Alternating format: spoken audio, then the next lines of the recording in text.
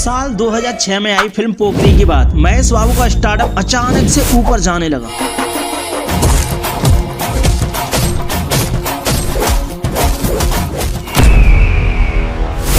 इस फिल्म में उनकी हैंडसम एंड चार्मिंग पर्सनैलिटी के लोग दीवाने हो गए थे और इसीलिए महज 12 करोड़ के बजट में बनी ये फिल्म 70 करोड़ का जबरदस्त कलेक्शन करके महेश बाबू की पहली ब्लॉकबस्टर फिल्म बन जाती है और सिनेमा घरों में 100 दिन तक चलने का एक नया रिकॉर्ड कायम करती है। IMDb पर इसे 8 आउट ऑफ 10 की जबरदस्त रेटिंग मिलती है और 3 साल तक तेलुगु इंडस्ट्री में एक नया रिकॉर्ड बनाए रखती है। लेकिन 2009 में आई रामचरण की फिल्म मगधीरा इसका रिकॉर्ड ब्रेक करके आगे निकल जाती है। 35 करोड़ में बनी ये मगधीरा फिल्म 73.5 करोड़ का जबरदस्त कलेक्शन करके पोकरी को भी पीछे छोड़ जाती है। लेकिन 2006 के बाद पोकरी मूवी का रीमेक बनाने की जैसे फिल्म इंडस्ट्री में होड़ सी मची हो, एक के बाद एक इसका रीमेक छापने लग जाते हैं। पहले थालापति विजय और उसके बाद सलमान खान। 2007 में थालापति विजय पोकरी का रीमेक लेकर आते हैं जो कि 20 करोड़ के बजट में बनकर वर्ल्ड वाइड कलेक्शन 75 करोड़ का करती है। उसके बाद 2009 में सलमान खान इसका रीमेक वांटेड नाम से लाते हैं जो 35 करोड़ के बजट में बनकर अप्रोक्सीमेटली 87.42 करोड़ का करती है और यही रीमेक मूवी बॉलीवुड में सलमान खान के डूबते कैरियर को बचाती है और ये सभी की सभी फिल्में हिट साबित होती हैं। इस फिल्म के बाद जैसे महेश बाबू की उम्र थम सी गई हो, जैसे टाइम ट्रेन में फंसे हो, साल बीतते चले जाते हैं लेकिन उनकी उम्र नहीं बढ़ती। 50 साल के हो चुके हैं लेकिन लोग उन्हें सिर्फ 35 से 38 साल का ही आंकते हैं, जबकि रणवीर कपूर मात्र 43 साल के होकर भी महेश बाबू से उम्र में बड़े लगते हैं। जय बाबू,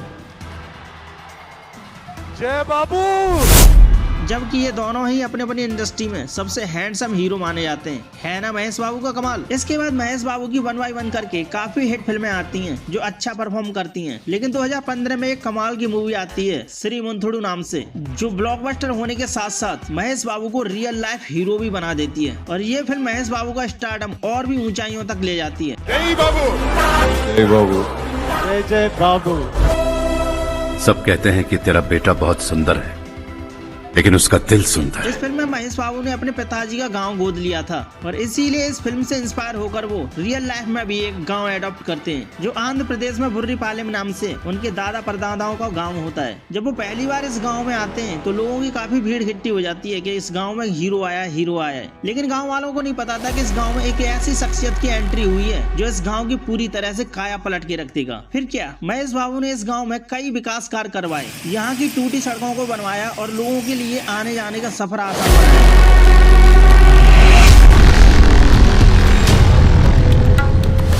गांव के स्कूलों में क्लासरूम्स बढ़वाए ताकि बच्चों को कोई दिक्कत ना हो पढ़ने में और उन्हें अच्छी शिक्षा मिल सके। गांव के अंधेरे को दूर करने के लिए उन्होंने बिजली की व्यवस्था करवाई। गांव में साफ पानी की दिक्कतों को दूर किया और घर घर पाइपलाइनों से पानी पहुंचाया।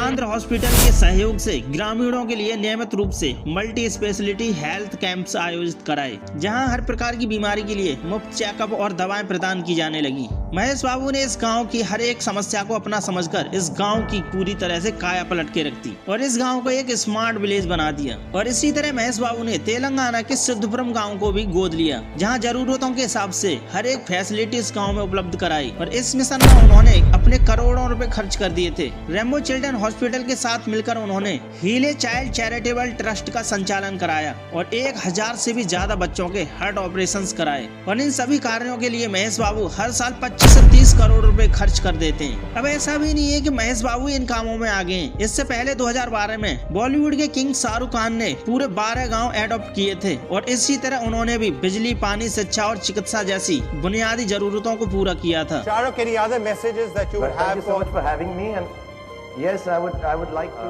take on 8 villages if that's all right with you guys. हालांकि महेश बाबू ने अब तक बहुत सारी हिट एंड ब्लॉकबस्टर फिल्में दी हैं, लेकिन 2025 में वो इंडिया की सबसे बड़ी मूवी में काम कर रहे हैं जो राजमौली की SSMB 29 मूवी है। इस फिल्म में महेश बाबू की फीस 100 करोड़ रुपए प्लस प्रॉफिट शेयर, यानी फिल्म से जो भी प्रॉफिट होगा उसमें से कुछ हिस्सा उन्हें भी मिलेगा। और वहीं राजमौली सर की fees 200 crore plus profit share और प्रियंका चोपड़ा ने इस फिल्म के लिए 30 करोड़ रुपए चार्ज किया था। तो दोस्तों, अगर ये वीडियो आपको पसंद आया हो तो प्लीज लाइक एंड सब्सक्राइब करना और कमेंट सेक्शन में जाकर बताना कि आपको नेक्स्ट वीडियो किसके ऊपर चाहिए। Thank you.